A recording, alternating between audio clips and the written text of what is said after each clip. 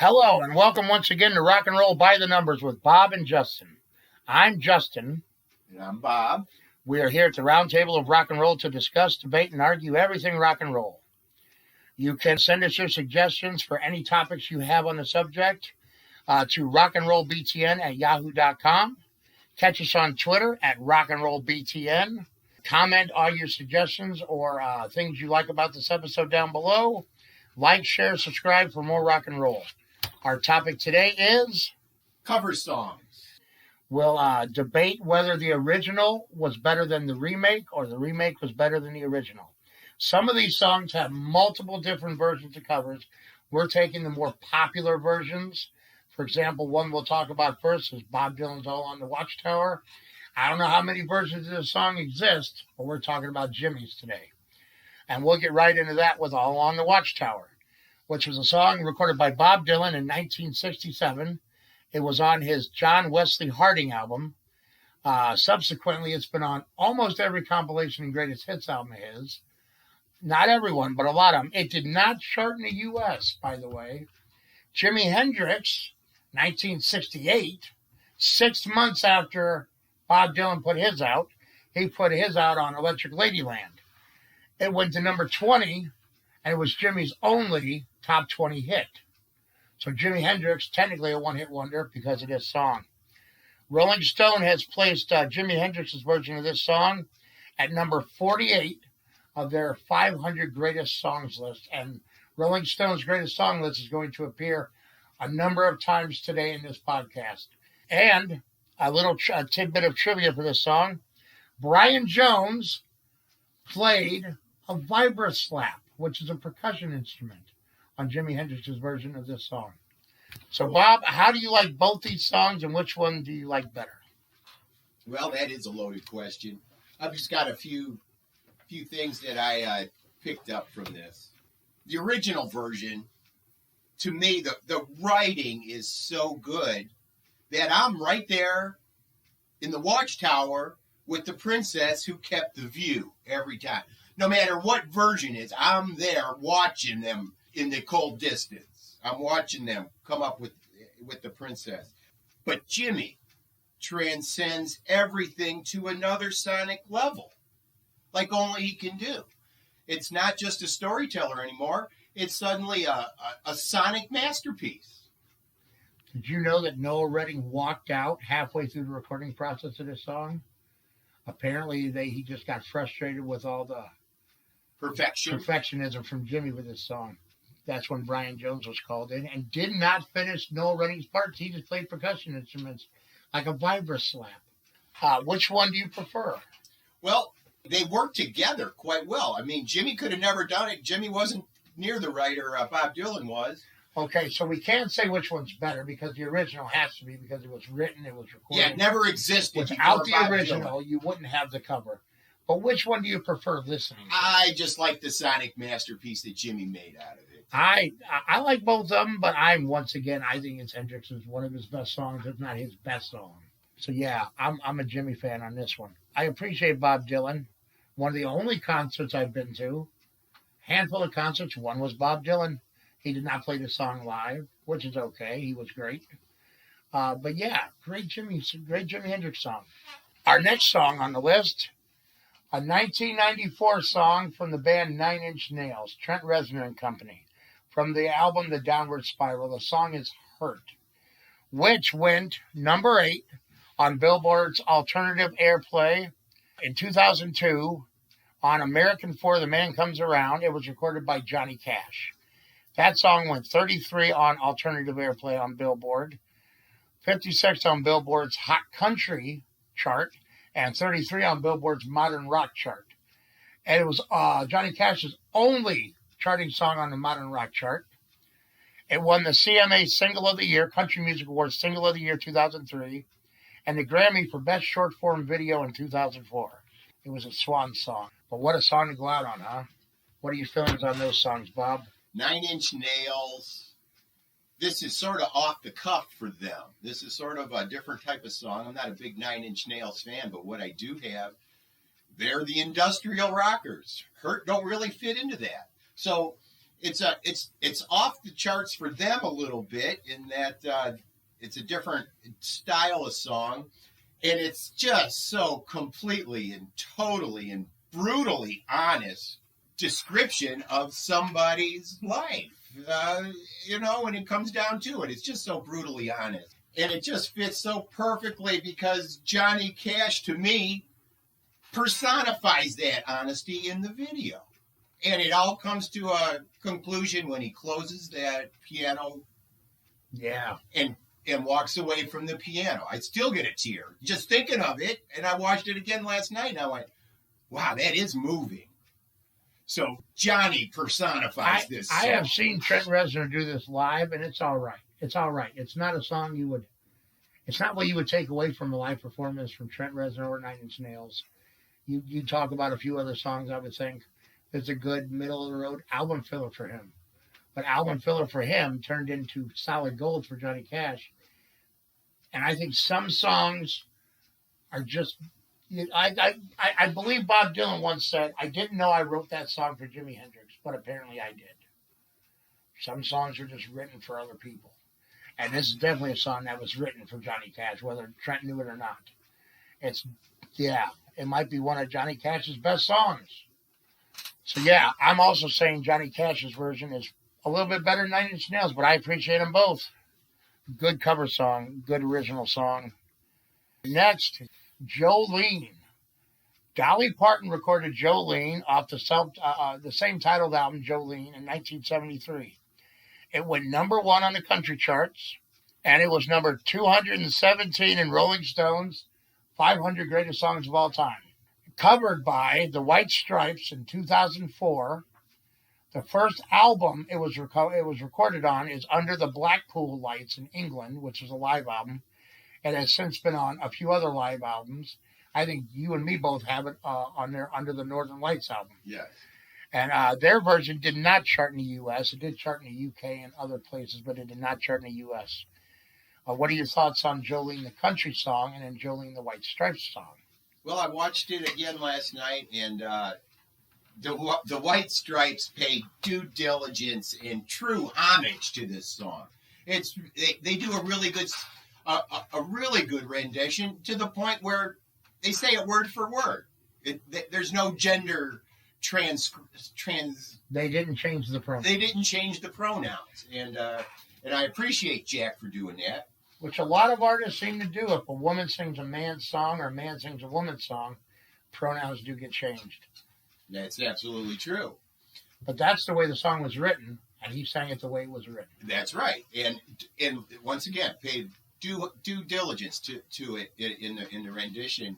But, and it's a big but, Dolly herself broke ground with taking the not so pretty and confident woman approach to this song where, please don't take my man. She's begging the pretty woman not to take her man. Well, that wasn't her. It was always the pretty women, always getting the attention.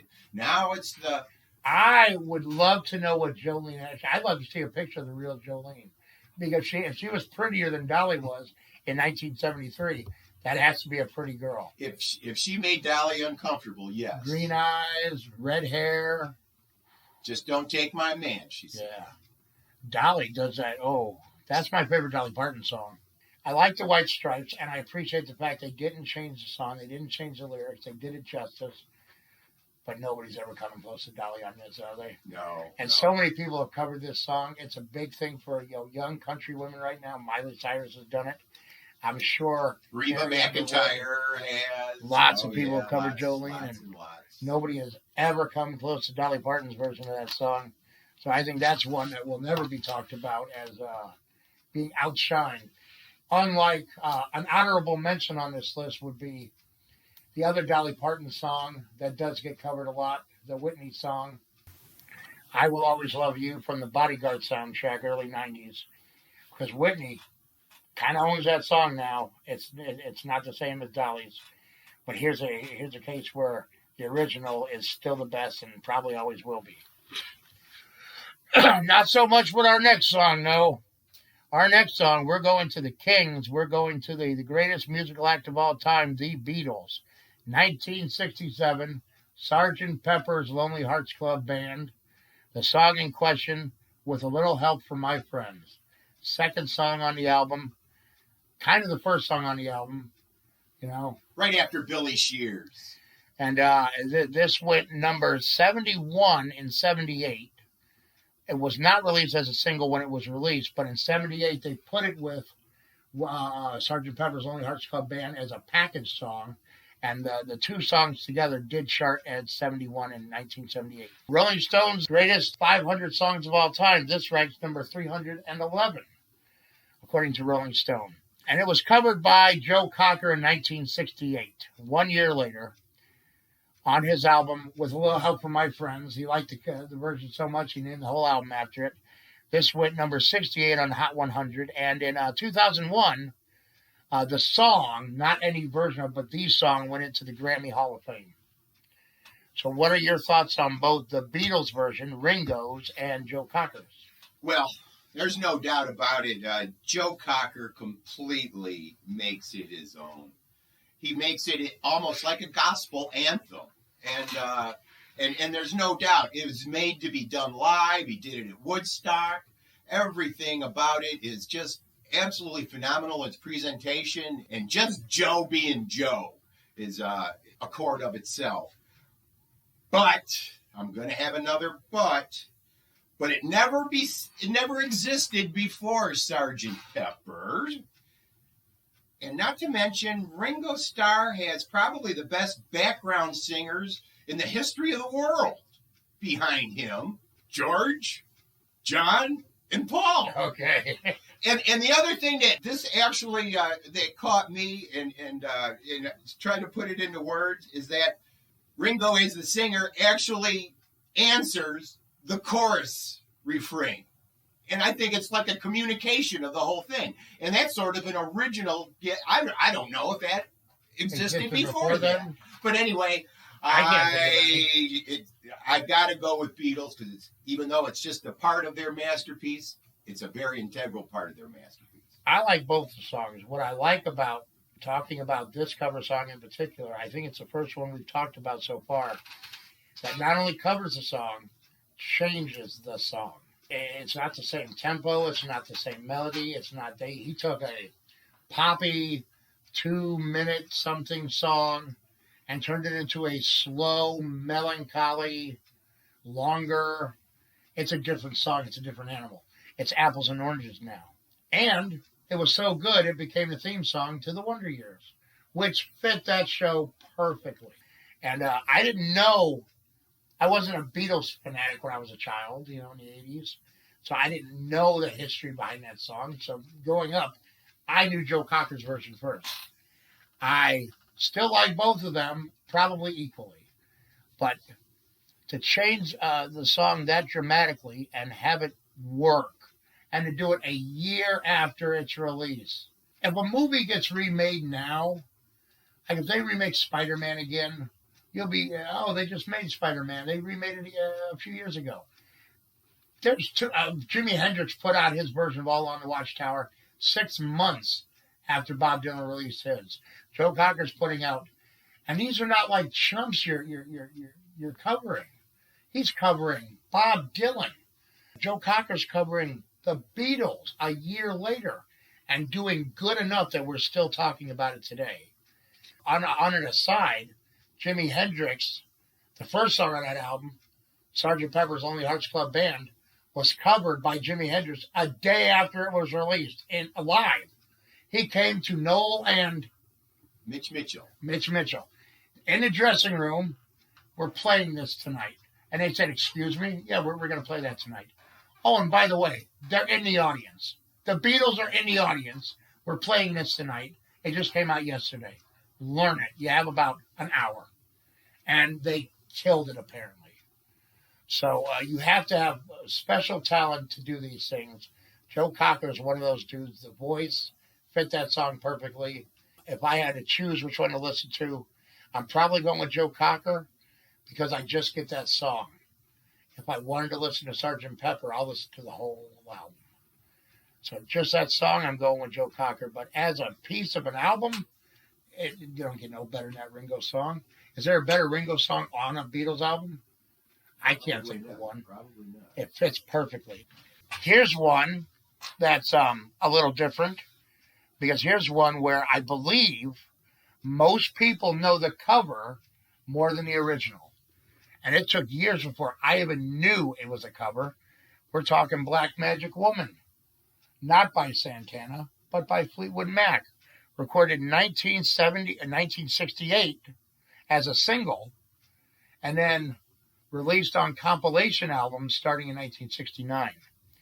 It went number 37 in the UK, did not chart in the US. In 1970, a year after it got put on compilation albums in the United States, Santana, the band, covers a song on their album Abraxas, and it goes number 4 on the Billboard Hot 100. Black Magic Woman, Bob. Blues Rocky Fleetwood Mac, or Spanish guitar god Santana? What are your thoughts? Well, once again, it didn't exist before Peter Green wrote it and Fleetwood Mac performed it. But their performance, I was watching a couple of different versions with Peter Green, and it's a good blues song. That's a good starting point. But, and it's another but, Santana does with the Jimmy number on it. He takes it to sonic levels that it's just not a little guitar solo anymore. You've got a guitar explosion happening, especially live. And the whole ambiance is changed, is uplifted almost with the rhythm section of a Santana band. And just takes it to the next level. So Peter Green started it, brought it into existence. Santana takes it to the level that Fleetwood Mac doesn't have the capability of doing. So give me Santana. I'm going to choose Santana's version over Fleetwood Mac's version. I like them both. And it's not a contest, by the way. No, it's not a contest no. episode. I'm just, if I had to listen to one, it's Santana. If I Google or YouTube that song, and Santana comes up. I don't think I've only heard the Fleetwood Mac version a handful of times, and it's blues rock that it's not my forte. It's not my favorite style of rock, so I'll go with Santana on that one. And well, like I said, up until I was probably in my 30s, I didn't even know Fleetwood Mac had covered that until I got into the history of Fleetwood Mac, because I knew him as the popish rock and roll band from the 70s and 80s with Stevie Nicks and Lindsey Buckingham. I didn't know about the blues rock beginning got of a Fleetwood complex Mac. history, yes. And we could do a whole episode on Fleetwood Mac. We could do a whole episode on Jefferson Airplane, Jefferson Starship. The last song on our list today, and actually before we do that, let's get into some honorable mentions that we could have talked about, and we might in a future podcast. Sloop John B. There's a song I did not know was a cover. It's the Beach Boys, but it's a cover of the Kingston Trio song. Go home and listen to the Kingston Trio version. It's pretty good. I listened to it last night. I Fought the Law by The Clash is also a cover of the Crickets with Bobby Fuller. Or the Bobby Fuller 4 might be the more well-known version of the song, but the Crickets did it originally. Aretha Franklin's Respect is a cover of an Otis Redding song. Peace, Love, and Understanding. And what's the actual title of that? It's not Peace. It's a funny thing about What's so funny about Peace, Love, and Understanding? Which is an Elvis Costello song from the band Bridgely Schwartz with Nick Little.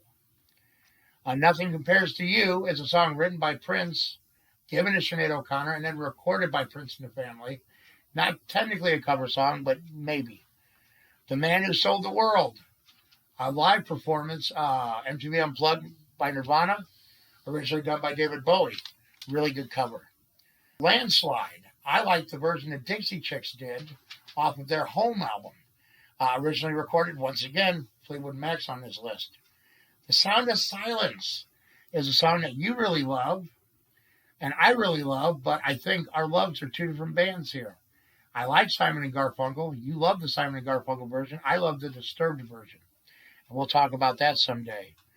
Stop Your Sobbing by the Kinks, covered by the Pretenders, is a song I am still not familiar with, but I will be by the time we talk about this again.